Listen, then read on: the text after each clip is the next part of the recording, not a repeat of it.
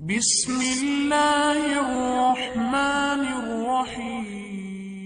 الحمد لله وكفى وسلام على عباده الذين اصطفى اما بعد. سامعین، میں نے قسط نمبر 2 کے تحت یہ عرض کیا تھا کہ تمام کفار و مشرکین نے مسلمانوں کے اندر اختلاف و انتشار پیدا کرنے کے لیے اور مسلمانوں کے دین کو بے دینی سے بدلنے کے لیے ایک کمیٹی تشکیل دی، جس کا سرغنہ ایک یہودی عالم عبداللہ ابن سبا تھا۔ چنانچہ اس نے اپنے ساتھیوں سے کہا کہ دیکھو، کام کرنے کا ایک اصول ہوتا ہے، اگر اصول کے تحت کام کیا جائے تو کام خوب تیزی کے ساتھ ہوگا، اور ہمارا کام مسلمانوں کے درمیان اختلاف و انتشار پیدا کرنا ہے اور مسلمانوں کے دین کو بے دینی سے بدل کر ان کے اندر گمراہی پیدا کرنا ہے۔ اور یاد رکھو، کسی بھی امت کو گمراہ کرنے کا سب سے آسان راستہ یہ ہے کہ اس امت کی نظر میں جو سب سے محبوب اور مقدس ترین شخصیت ہو، اس کے بارے میں غلو اور افراط کا رویہ اختیار کیا جائے۔ چنانچہ اس اصول کو سامنے رکھ کر وہ اور اس کی پوری ٹیم سب سے پہلے مدینہ منورہ پہنچی۔ وہاں پہنچنے کے بعد وہ شخص حضور اکرم صلی اللہ علیہ وسلم کی تعریف کرنے لگا، کیونکہ اس امت کی نظر میں سب سے محبوب ترین شخصیت حضور اکرم صلی اللہ علیہ وسلم کی ذات گرامی ہے۔ لہٰذا حضور صلی اللہ علیہ وسلم کی تعریف و توصیف سننے کے لیے رفتہ رفتہ اس کی مجلس میں لوگ آنے لگے اور ان کے پاس اٹھنے بیٹھنے لگے۔ جب کچھ لوگ جمع ہو گئے تو اس نے سب سے پہلے عقیدہ رجعت کا شوشہ چھوڑا اور یہ کہا کہ مسلمانوں، ہم مسلمان ہیں اور ہمارا عقیدہ یہ ہے کہ قیامت سے پہلے حضرت عیسیٰ علیہ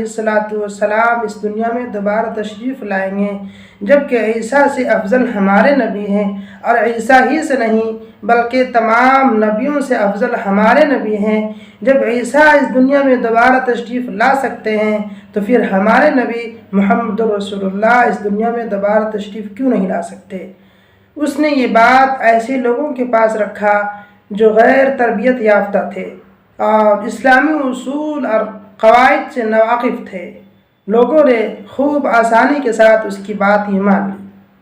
اس کے بعد حضرت علی رضی اللہ تعالی عنہ کے ساتھ حضور صلی اللہ علیہ وسلم کی قرابت اور رشتہ داری کا بھی معاملہ ہے، تو اس نے حضور کی اور علی کی قرابت کا فائدہ اٹھا کر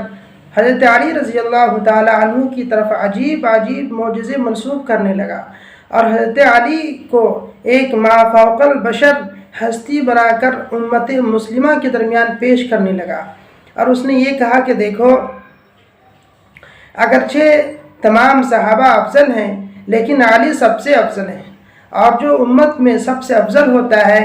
امارت اور خلافت کا لائق بھی وہی ہوتا ہے۔ لہٰذا اس سے پہلے جتنے لوگ امیر تھے وہ سب صحیح امیر نہیں ہیں، بلکہ امیر غاصب ہیں اور ایسے امیر ہیں جو لعنت کے مستحق ہیں۔ یہ بات سن کر اس سے اکثر مسلمان کٹ گئے، لیکن وہ لوگ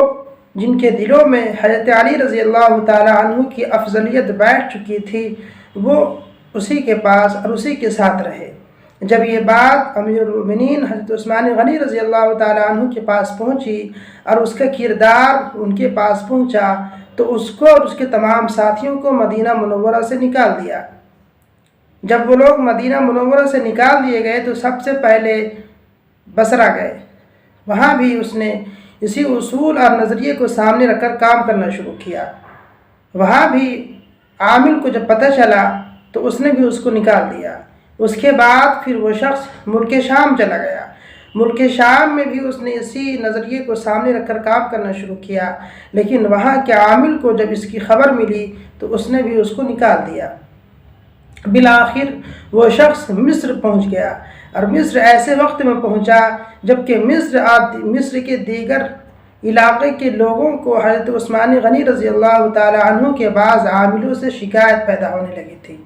چنانچہ اس نے اس شکایت کا بھی بھرپور فائدہ اٹھایا اور پھر ایک مرتبہ مسلمانوں کو متوجہ کر کے یہ کہا کہ دیکھو،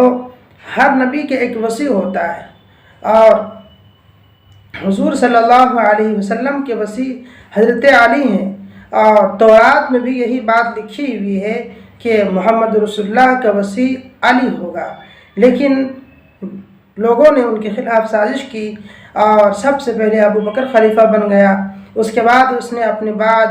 عمر کو نامزد کر دیا، اس کے بعد پھر عثمان غنی خلیفہ بن گیا جو بالکل ہی خلافت کے لائق اور مستحق نہیں ہے۔ اسی وجہ سے ان کے بعض عامل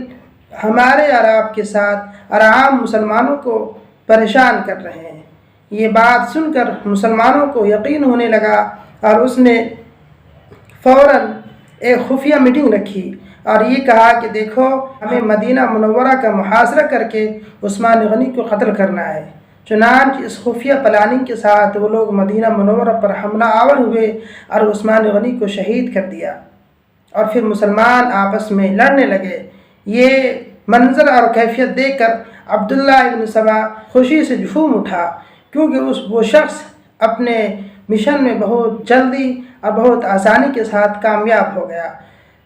جب مسلمان ایک جگہ جمع ہوتے تو کوئی صدیق اکبر کو افضل کہتا، تو کوئی حضرت علی کو افضل کہتا، اور کچھ لوگ ایسے بھی ہو گئے تھے جو حضرت علی کو خدا کہتا۔ الغرض مسلمانوں کے اندر اختلاف و انتشار ہو کر مسلمانوں کے درمیان لڑائی جھگڑا شروع ہونے لگا، اور ایسا لڑائی جھگڑا شروع ہو گیا کہ آج تک وہ لڑائی اور وہ اختلاف و انتشار بند ہونے کا نام نہیں لے رہا۔